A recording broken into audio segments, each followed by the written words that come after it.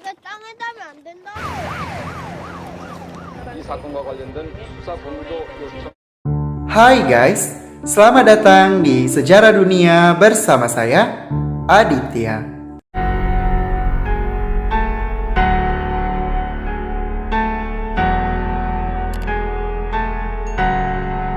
Oke guys, di video kali ini kita akan membahas kisah pembunuhan misterius yang terjadi di Korea dan juga merupakan salah satu kasus terbesar di Korea yang belum terpecahkan sampai saat ini.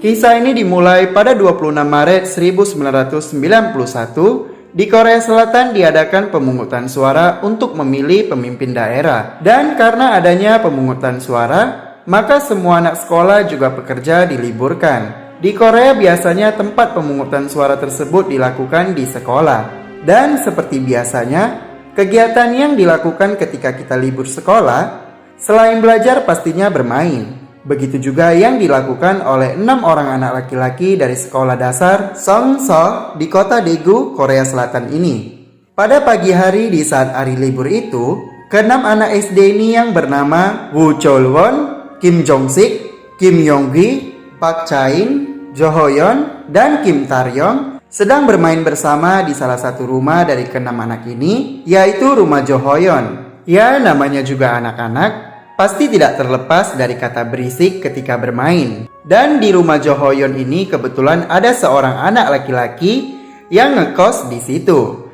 Karena merasa terganggu dengan keberisikan anak-anak ini, anak kos itu kemudian menyuruh ke-6 anak ini untuk bermain di luar. Akhirnya ke-6 anak ini pun memilih untuk pergi mencari telur salamander di gunung yang berada di dekat rumah mereka. Gunung itu bernama Gunung Waryong yang tingginya hanya 300 meter.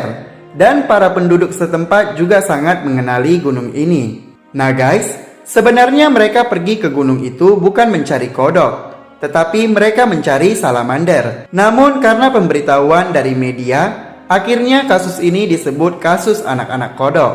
Sebelum mereka pergi ke gunung tersebut, salah satu dari ke-6 anak ini yang bernama Kim Taryong pulang ke rumahnya untuk sarapan. Dan karena hal ini ia pun tidak menjadi korban. Kemudian ke-5 anak lainnya pergi ke gunung duluan dengan membawa sebuah kaleng dan tongkat kayu untuk menangkap salamander. 쟤는 왜 저러는데? 몰라. 저게 땅에 닿으면 안 된다는데. Lalu sejak saat itu ke-5 anak ini pun tidak pernah kembali. Awalnya para orang tua anak-anak ini mengira mungkin mereka masih sedang bermain. Hingga sampai matahari mulai terbenam, ke-5 anak ini tidak kembali juga. Para orang tua pun mulai khawatir dan segera pergi mencari anak-anaknya. Namun setelah beberapa lama dicari, mereka tidak menemukan apapun hingga sampai jam setengah 8 malam. Akhirnya mereka pun melaporkan hal ini ke polisi. Tetapi karena hari itu merupakan hari pemungutan suara dan banyak polisi yang berada di tempat-tempat pemungutan suara tersebut, sehingga pencarian awal ini pun tidak terlaksanakan dengan baik. Karena hanya ada beberapa polisi saja yang mencari di gunung tersebut. Dan beberapa polisi ini juga tidak menemukan apapun. Juga tidak ada tanda-tanda keberadaan ke-5 anak itu. Hingga akhirnya polisi mengumpulkan beberapa saksi.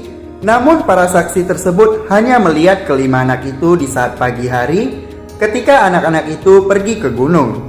Tetapi ada salah satu anak yang bernama Ham Seung-hun yang juga pergi ke gunung itu bersama teman-temannya untuk menangkap salamander. Dan pada saat itu anak ini tiba-tiba terpisah dengan teman-temannya. Lalu ia nyasar ke kuburan yang ada di dekat gunung tersebut. Di saat anak ini berada di kuburan itu, ia mendengarkan suara jeritan 2 kali dan diperkirakan jeritan yang ia dengar itu pada jam 11.30 siang.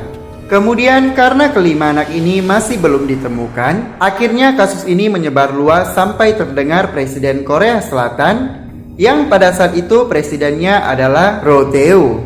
Dan setelah mendengar kasus ini, Presiden Roh Tae-woo pun memerintahkan semua polisi dan tentara untuk mencari ke-5 anak tersebut. Namun sayangnya ke-5 anak itu juga tidak ditemukan.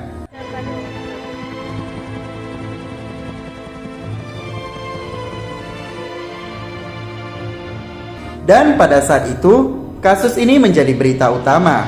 Pencarian yang dilakukan pun juga ditayangkan langsung di TV. Beberapa orang tua dari kelima anak ini berhenti dari pekerjaan mereka untuk mencari anak-anaknya. Karena kasus ini telah menyebar luas, maka ada banyak teori yang datang atas hilangnya kelima anak ini. Salah satunya yang paling aneh datang dari ahli psikolog yang juga merupakan profesor di universitas ternama di Korea Selatan. Ia mengatakan kalau sepertinya ayahnya Kim Yong-wi yang telah membunuh kelima anak ini dan menguburnya di sekitar rumahnya. Namun banyak orang yang membantah teori ini. Orang tua yang sudah kehilangan anaknya sekarang malah dituduh sebagai pelaku. Tentunya hal ini semakin membuat sakit hati orang tua menjadi lebih parah.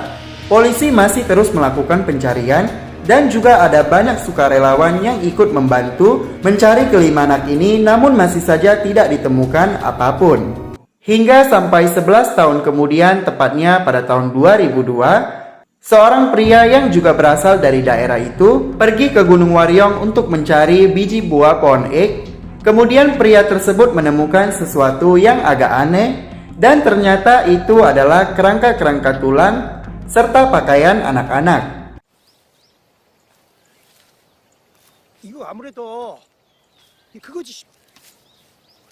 Lalu pria itu segera melaporkannya ke polisi. Dan ketika polisi datang, ternyata itu adalah kerangka-kerangka tulang dari kelima anak tersebut.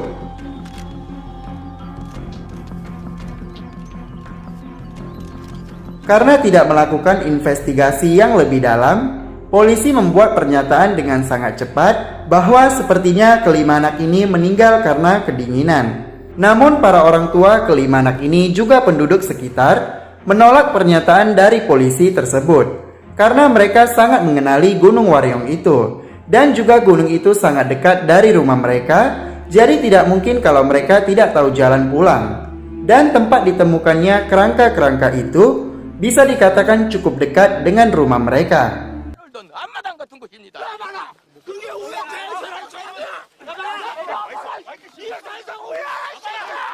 Akhirnya karena banyak yang menolak pernyataan dari polisi tersebut, penyelidikan pun dilakukan lagi lebih dalam. Dan ternyata kelima anak ini telah dibunuh. Karena setelah kerangka-kerangka tengkorak dari kelima anak ini disesuaikan, 3 tengkorak diantaranya memiliki bekas luka atau bekas hantaman yang sangat jelas, yaitu tengkorak Woo Chol-won terdapat 2 lubang dan juga 1 lubang lainnya yang seperti terkena benda tajam.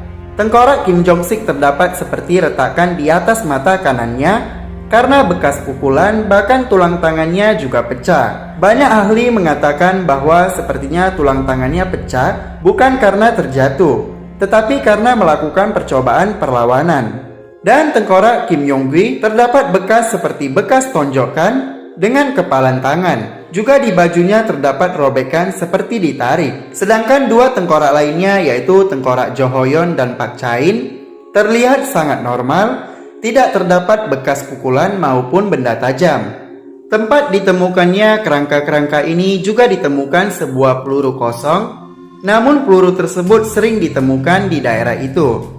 Karena di dekat daerah itu ada sebuah tempat untuk tentara latihan menembak. Oleh karena itu, peluru-peluru tersebut kadang terlontar ke daerah itu. Sehingga ada beberapa orang yang mengira bahwa mungkin pada saat itu ada seorang tentara yang sedang latihan menembak, lalu pelurunya mengenai salah satu dari kelima anak itu. Dan karena takut ketahuan, akhirnya ia juga membunuh keempat anak lainnya. Tetapi hal ini tidak mungkin, karena pada hari itu adalah hari pemungutan suara. Jadi tidak ada orang yang latihan menembak di tempat itu. Pencarian yang dilakukan oleh polisi dan tentara juga dianggap kurang efektif, karena tempat ditemukannya tengkorak kelima anak itu sebelumnya sudah dilalui oleh polisi dan tentara sampai beberapa kali. Namun mereka tidak menemukannya. Ketika bukti-bukti ini ditemukan, para ahli mengatakan kalau pembunuhnya merupakan seorang psikopat dan kemungkinan ia juga sudah pernah membunuh orang lain. Para ahli lainnya juga mengatakan kalau kelima anak ini dengan si pelaku tidak memiliki hubungan apapun. Maka itu ia asal membunuh saja. Dan sepertinya pelaku juga merupakan orang yang tinggal di daerah itu. karena ia sangat mengetahui gunung tersebut, sama seperti penduduk setempat yang juga sangat mengetahui gunung itu. Kemudian setelah beberapa tahun lamanya, akhirnya pada tahun 2006, kasus kelima anak ini pun telah resmi dinyatakan kadaluarsa dan kasus ini masih belum terpecahkan, juga meninggalkan misteri sampai saat ini.